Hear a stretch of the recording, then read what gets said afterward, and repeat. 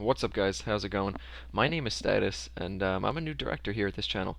I was asked if I wanted to make weekly videos for this channel, and of course I said yes. My channel is much smaller. I'm a brand new director in general, not only to this channel. So I figured I'd give you a little bit of an introduction before I make way with my commentary here. My name is Nick.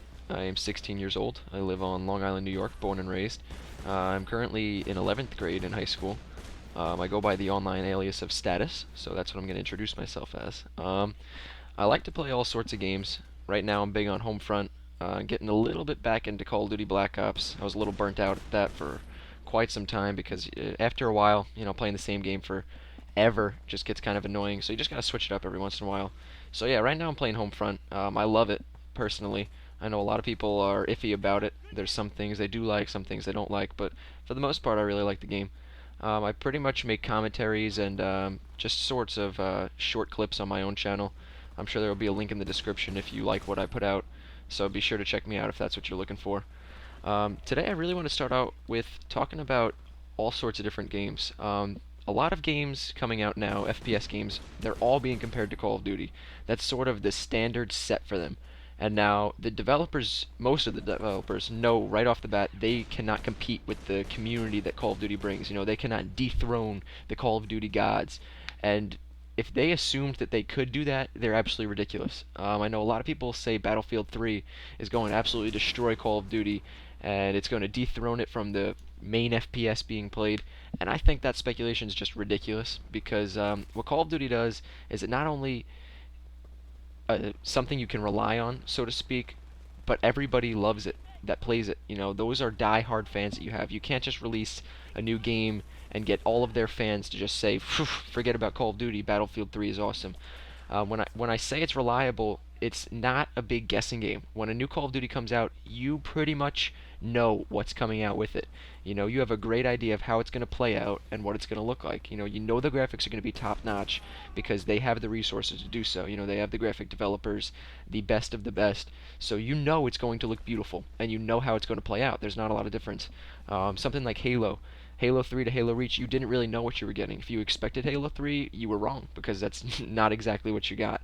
So people kind of like that. They like the stability of, a new Call of Duty game coming out. I'm going to buy it because I know what it's going to play like. Something like Homefront, you have no idea what it's going to be like because you have nothing to compare it to. Maybe Homefront 2, we can compare it to Homefront 1, but for now, something like Battlefield 3, the only thing I can compare it to is Bad Company 2, and I hate the game, so I really don't know where it stands. You really can't get a firm judgment on a game based on a couple of YouTube videos that the developers have released because all of those videos are going to be single player. So you have no idea until the game comes out how it's going to play in multiplayer. And that's kind of a big unknown factor. I don't even think I'm going to get Battlefield 3 right away. There's a lot of games out right now and out in the near future that are being, hyped up quite a bit. Crisis 2, I've heard, is pretty beast. I've seen some videos of Hutch playing it, and actually I think one of my friends has it. He's talking about it. It is a pretty awesome game. And if I had a job or more money, I would get it. In the summer, I'm gonna be lifeguarding, so I'm gonna have more money then. If the game hasn't died out by then, I'll give it a try. I'm definitely getting the new Call of Duty. There's a lot of speculation that the new Call of Duty is not gonna be free to play, and there's gonna be like a monthly fee. I don't really know how that's gonna work out. If that is true, it's a freaking awful idea. I think they're gonna lose a lot of fans off that. But if that is true, I seriously think they only have money in their head. Because if a company does that, they're only looking for the money. So I don't think that's the case. I really don't. That's what everybody's saying, and I think even Call of Duty has made reference to it. But honestly, I don't think that's what's going to happen. I think they're going to nix that idea before it even hits the market.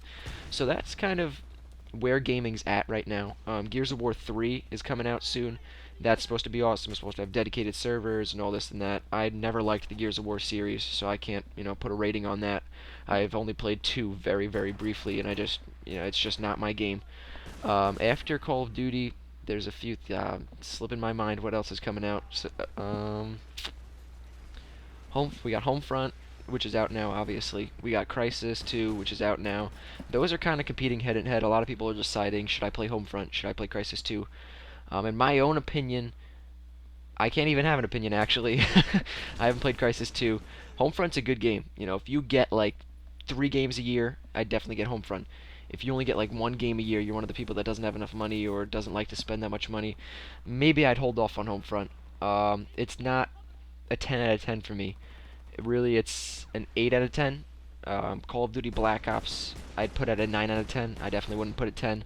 If Call of Duty Black Ops had quick scoping, I'd probably rate that a 10 out of 10.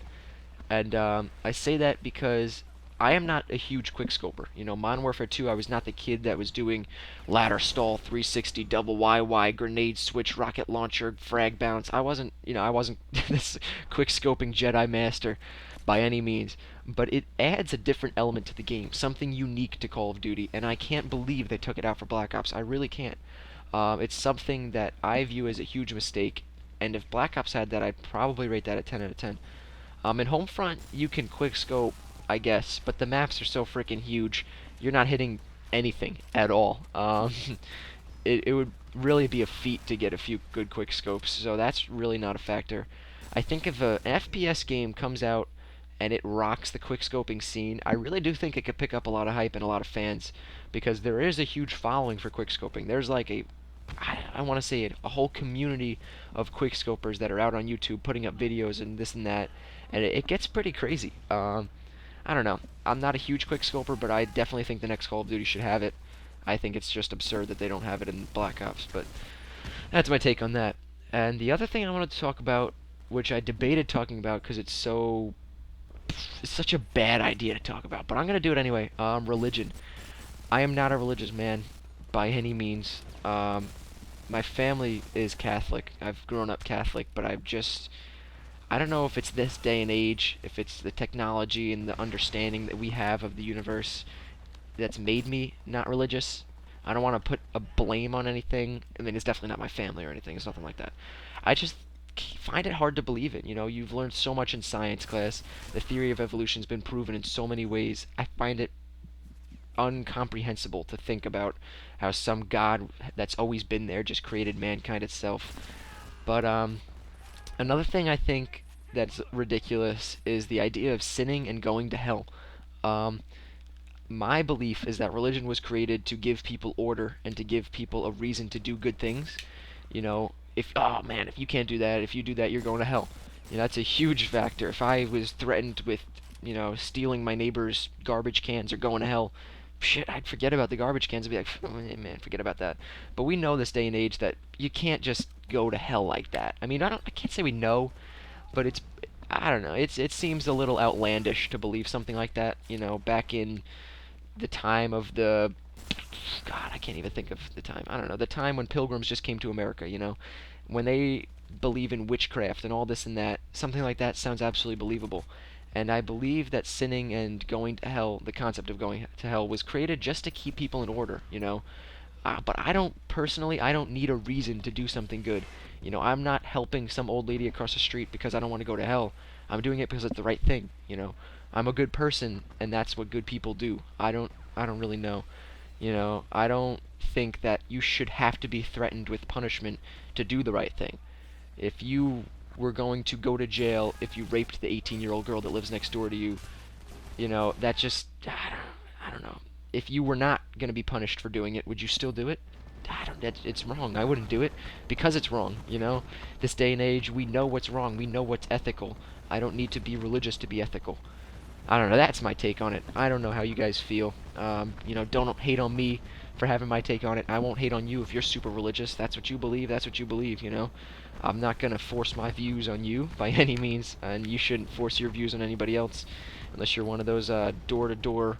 God, what religion are they? I don't even remember. The stereotypical door-to-door converting people. Jehovah's Witnesses, that's what it is. Alright, I got my stereotype in for this video.